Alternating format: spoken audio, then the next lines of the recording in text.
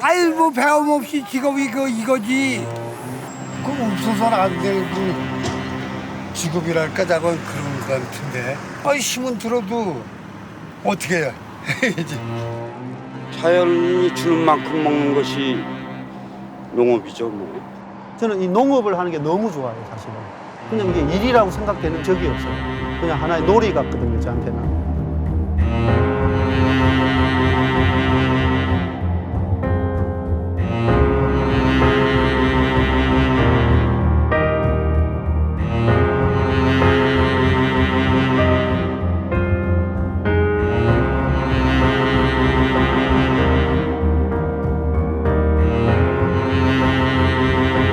제 아들하고 딸한테만큼은 이 농업에서 주는 가치라든가 농업에서 얻어지는 너희가 누리는 혜택이나 농촌에서 생활하는 게 얼마나 즐거운지 이런 거를 저는 알려주려고 많이 노력을 해요.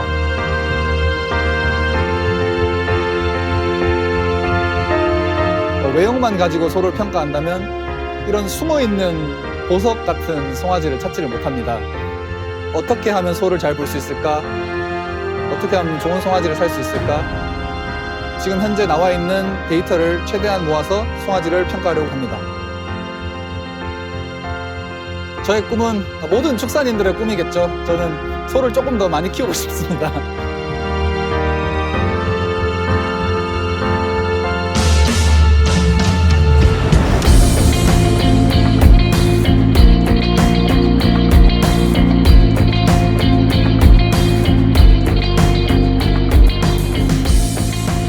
농업의 가장 큰 가치는 지속 가능성이 있다고 보거든요.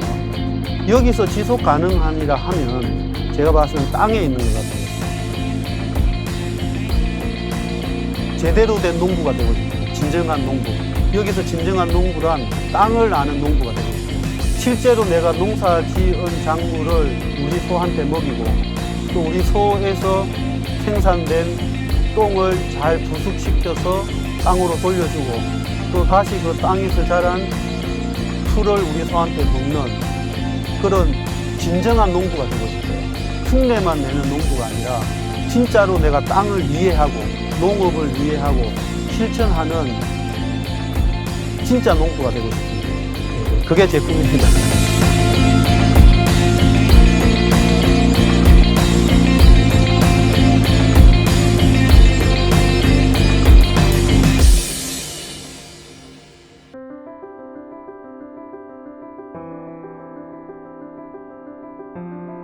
우리 축산의 한자어를 보면은 범을 현자가 위에 있고요. 그 아래 밭전자가 있어요. 그 이야기는 축산의 뜻은 밭을 검게 하는 거라는 뜻을 갖고 있습니다.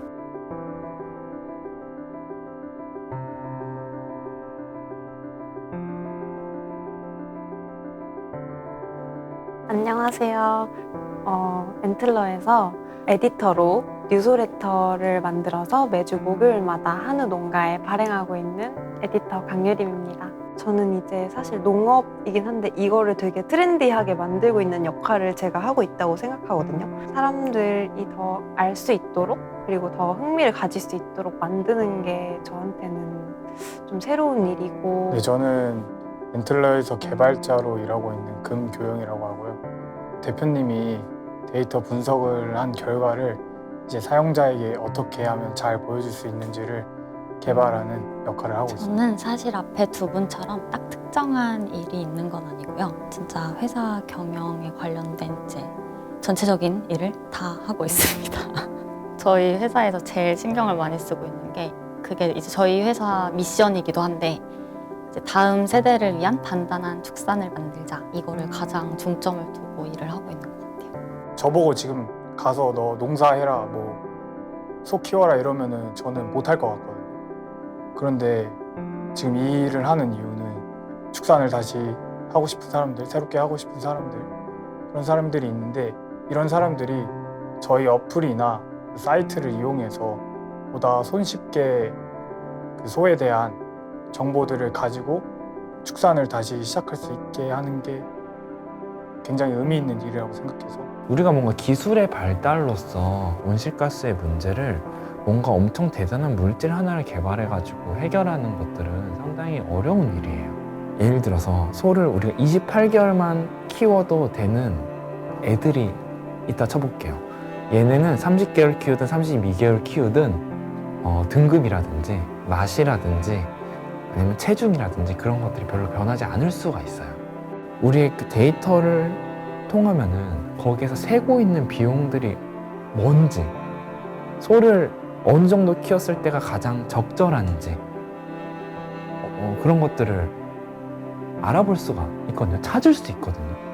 모든 농가의 상황이 똑같은 것도 아니고 자기를 돌아보고 공동체를 돌아볼 만한 여유가 있는 분들도 있는 반면에 자기를 돌아보고 공동체를 돌아볼 여유가 없는 분들도 있어요. 그거에 대해서 비난하고 하는 것도 물론 필요할 때가 있겠지만 우리 조금 더 공동체로 봤을 때 우리 격려하고 우리 이렇게 합시다. 잘하고 있어요. 그게 우리 전체 공동체를 위해서 더 좋은 일입니다. 라는 것들을 이야기해 줄 사람들이 필요한 것 같아요.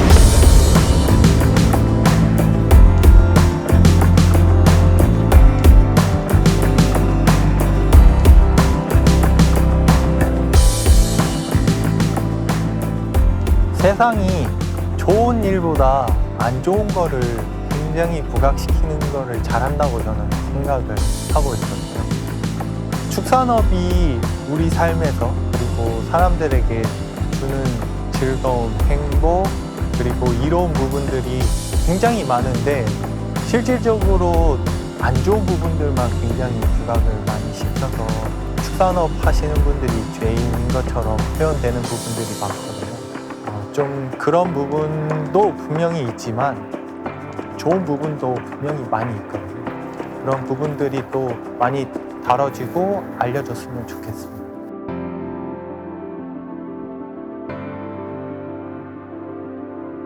저는 어릴 때 부모님이 이 일을 하시는 게 친구들한테 되게 창피했어요.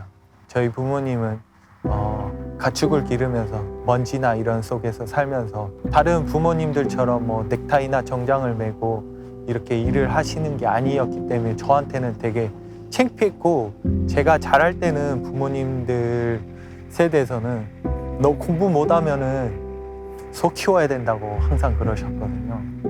근데 제 아들하고 딸한테만큼은 이 농업에서 주는 가치라든가 너희가 누리는 혜택이나 그리고 농촌에서 생활하는 게 얼마나 즐거운 건지 이런 거를 저는 알려주려고 많이 노력을 해요. 제가 그랬듯이 아버지 어머니를 보고 농업을 했듯이 제 아들이 제 발자취를 보고 제가 뭐 농업을 해라, 내 대를 이어서 해라 하지 않아도 본인이 제가 하고 있는 직업에 대한 메리트 그리고 가치 이런 거를 좀 알았으면 좋겠다.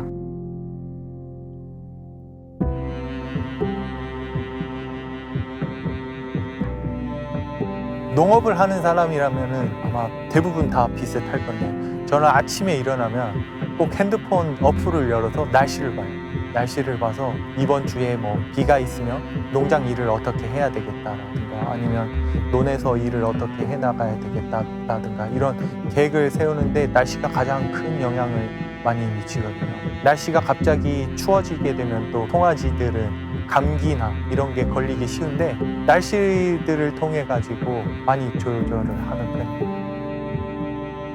저희 부모님 세대에서는 대부분 육체적인 노동을 포함을 해서 대부분 몸으로 가축을 길렀다고 하면 지금은 많이 자동화도 되어 있고 또 기계 장비를 많이 다루고 대형화돼 가지고 오히려 많은 면적을 혼자서 커버가 가능하거든요. 지금 같은 경우는 소의 건강 상태 그리고 소의 그 평상시 행동 이런 것들도 실시간으로 관찰을 가능하게 그 많은 장비들이 나와 있어요. 소에게 가장 좋은 영양분을 공급하게끔 많은 연구들을 통해서 사료도 점점 좋아지고 있거든요. 그래서 지금은 예전보다 비교하면 몸도 더 적게 쓰면서 많은 두수를 키울 수 있고, 그리고 또 농작업을 해도 짧은 시간 안에 많은 일을 할 수 있죠.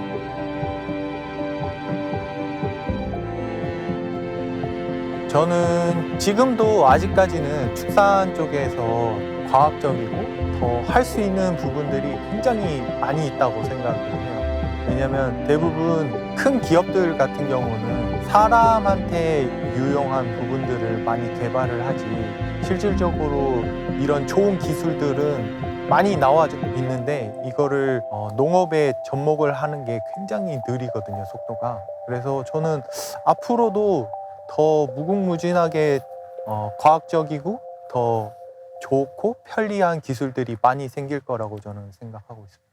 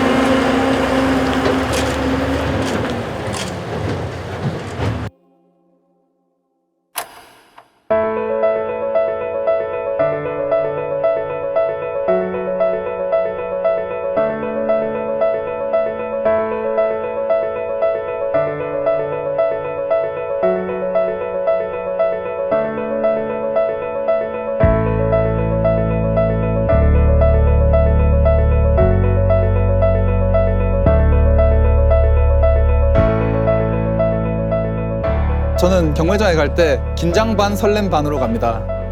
송아지가 좀 컸으면 하는 바람이 좀 큰 편입니다.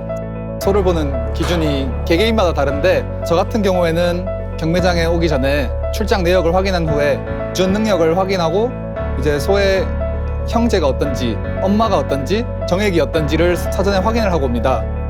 아침에 장에 오면 이제 송아지의 체형을 제일 중요시 보는데, 송아지는 첫째 다리의 길이, 그리고 허벅지의 굵기를 보고 송아지가 어떤지 저는 판단을 합니다. 송아지가 허리가 처져 있지 않나, 배가 처져 있지 않나, 송아지 상태가 건강한가, 배가 부른가를 먼저 확인을 합니다. 그런데 장에 가기 전에 조사한 내용과 실제 가서 송아지를 봤을 때 현실과 내용이 좀 다르면 많이 실망을 하는 편이고요. 특히 외형이 되게 우수한 송아지들 같은 경우에는 살 때는 좋은데 팔 때는 가끔씩 뛰어난 성적을 못 보여주는 경우가 많습니다. 그래서 저는 유전 능력을 바탕으로 숨어있는 보물 같은 송아지를 찾으려고 노력합니다. 숨어있는 송아지들이란 유전 능력은 되게 좋은데 그거를 이른 나이에 발현시키지 못한 송아지들이 그런 숨은 보물 같은 송아지들인데요. 그런 송아지들 같은 경우에는 종종 높은 가격에 낙찰되지 않는 경우가 많습니다.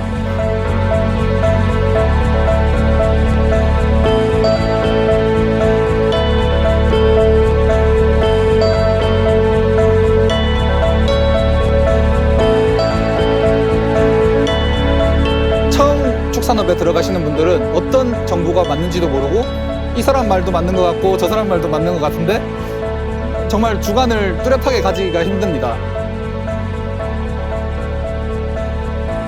정보라는 게 혼돈이 오기 쉽습니다. 그래서 저는 이 축산업에 새로 뛰어드는 사람을 위해서라도 정확한 데이터, 축산업의 과학적인 면이 적용되었으면 하는 사람입니다.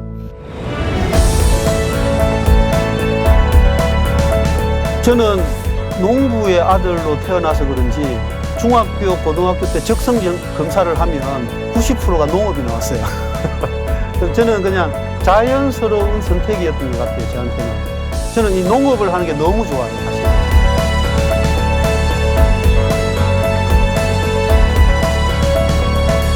저는 하루에 한 12시간에서 16시간 앉아 있어야 돼요. 그리고 사람하고 경쟁 관계 없는 풀을 먹어서 소화할 수 있는데, 그래서 소가 가장 행복한 소는 뭐냐면 저 소들이에요.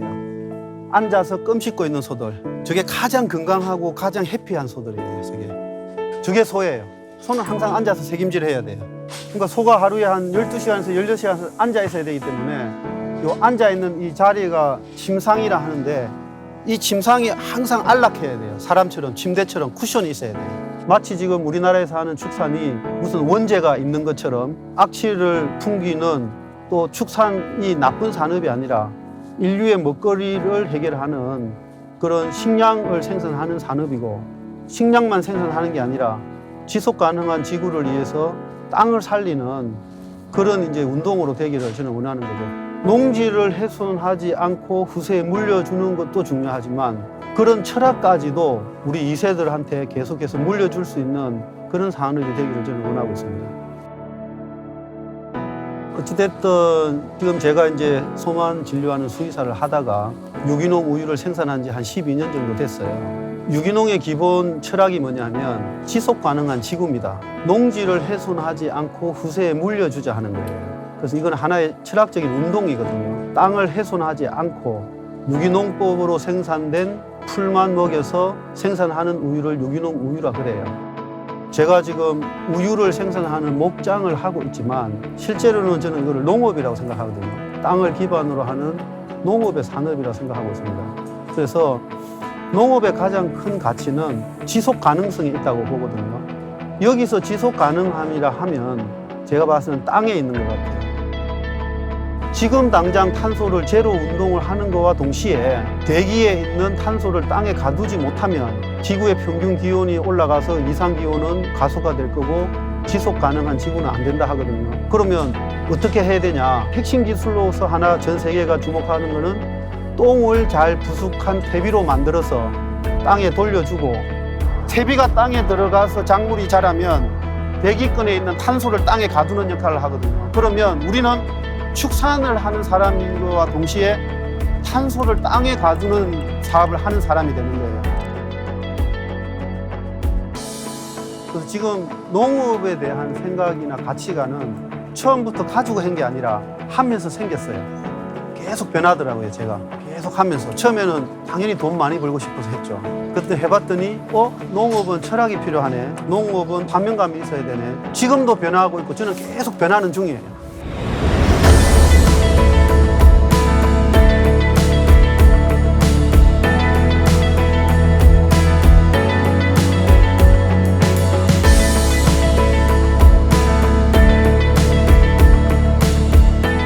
소통에 있어서 객관적인 것들을 그래도 알려줄 필요가 있으니까 사회 구성원들과 잘 소통하고 그 중간 지점을 잘 찾는 게 지속 가능한 축산이라고 보고요.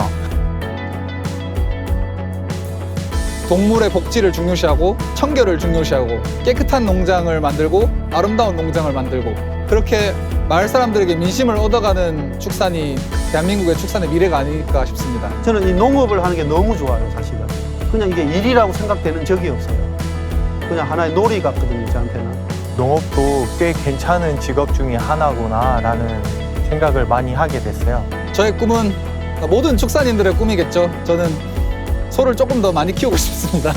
내가 지금 무슨 일을 하고 있는지, 특히 내가 이 하는 일이 어떤 사명감이 있는 일인지 그거를 인지하는 게 굉장히 중요한 것 같아요.